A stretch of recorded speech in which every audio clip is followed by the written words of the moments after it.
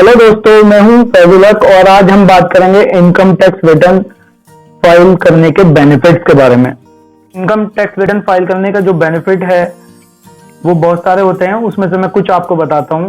देखिए, एक ये लोग मुझसे कई बार पूछते हैं कि इनकम टैक्स में हम तो इनकम टैक्स के स्लैब में आते ही नहीं है, हमारा तो इनकम जो है 2.5 लाख से कम है, या हमारी इनकम तो अलग अलग लोग इश्यूज बताते हैं अपने। लेकिन इनकम टैक्स रिटर्न फाइल करने का बेनिफिट है, अगर आपकी 2.5 लाख से कम इनकम भी है तब भी आप अपना इनकम टैक्स रिटर्न फाइल कर सकते हैं। और साथ ही साथ में आपको कोई टैक्स नहीं देना होता। यदि आपके ऊपर कोई लायबिलिटी नहीं बनती है इनकम टैक्स की, तो आपको टैक्स देने की जरूरत नहीं होती है। ऐसा नहीं होता कि अगर आपने इनकम टैक्स का रिटर्न फाइल करा है तो आपको टैक्स देना ही देना है, ऐसा बिल्कुल नहीं है।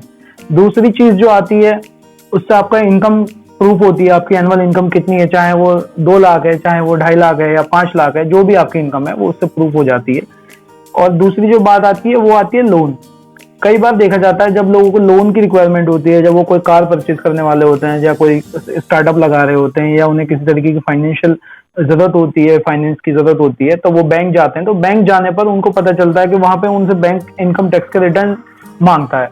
उस टाइम पे उनको लगता है कि इनकम टैक्स का रिटर्न होना चाहिए। इनकम टैक्स का रिटर्न जो फाइल होता है दोस्तों, वो 1 साल में एक ही बार फाइल होता है, एक फाइनेंशियल ईयर का एक बार फाइल होता है। तो उस फाइनेंशियल ईयर का इनकम टैक्स रिटर्न आपको जब भी बैंक में आप जाओगे तो 3 साल का फाइनेंशियल ईयर का रिटर्न मांगेंगे। उस टाइम हम 3 साल का आईटीआर नहीं दे पाते किसी को भी, तो इसलिए आपको पहले से तैयारी करनी चाहिए यदि अगर आप कोई स्टार्टअप लगाना चाहते हैं या भविष्य को लेकर आपकी कोई रणनीति है तो। उसके अलावा तीसरी पॉइंट आती है कि जब कभी कभी ऐसा होता है हमारी इनकम जो है टैक्स स्लैब में नहीं आती है, लेकिन हमारा टीडीएस कटा होता है। कई बार हमारी इनकम पे टीडीएस कट जाता है, या हमारे बैंक में हमारे इंटरेस्ट पे टीडीएस कट जाता है, लेकिन हम जो है टैक्सेबल इनकम नहीं है हमारी, तो हमें रिटर्न फाइल करके अपना टीडीएस क्लेम कर लेना चाहिए। टीडीएस को क्लेम करने के लिए भी हमारा इनकम टैक्स का रिटर्न ही एक अकेला रास्ता है जिससे कि हम टीडीएस क्लेम कर सकते हैं।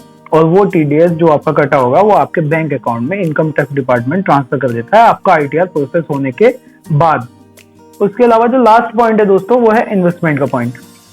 मैं ऐसा मानता हूं कि जब आप इनकम टैक्स का रिटर्न अपना फाइल करते हैं, इनकम के बारे में जानते हैं, क्योंकि जो इनकम टैक्स का जब आप रिटर्न फाइल करेंगे, अगर आप खुद करें तो बहुत अच्छा है। अगर आप खुद नहीं कर सकते तो किसी भी कंसल्टेंट से आप बात कर सकते हैं, आप रिटर्न फाइल करा सकते हैं।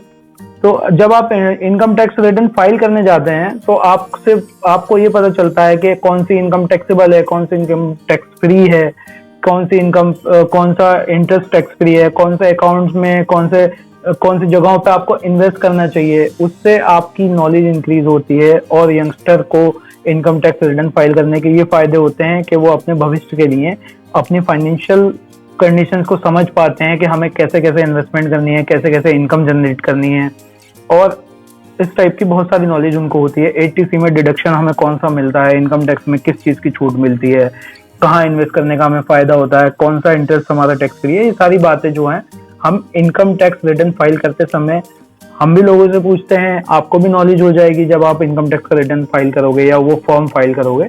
तो इस टाइप की जो चीज़ें हैं वो आपको भविष्य में, जो हमारे यंगस्टर हैं उनको आपको अपने भविष्य में बहुत काम आएंगी और आपकी फाइनेंशियल प्लानिंग में आपको बहुत हेल्प करेंगी। तो आशा करता हूँ कि जानकारी आपको अच्छी लगी होगी। फिर मिलता हूँ आपसे नेक्स्ट वीडियो में। Thank you.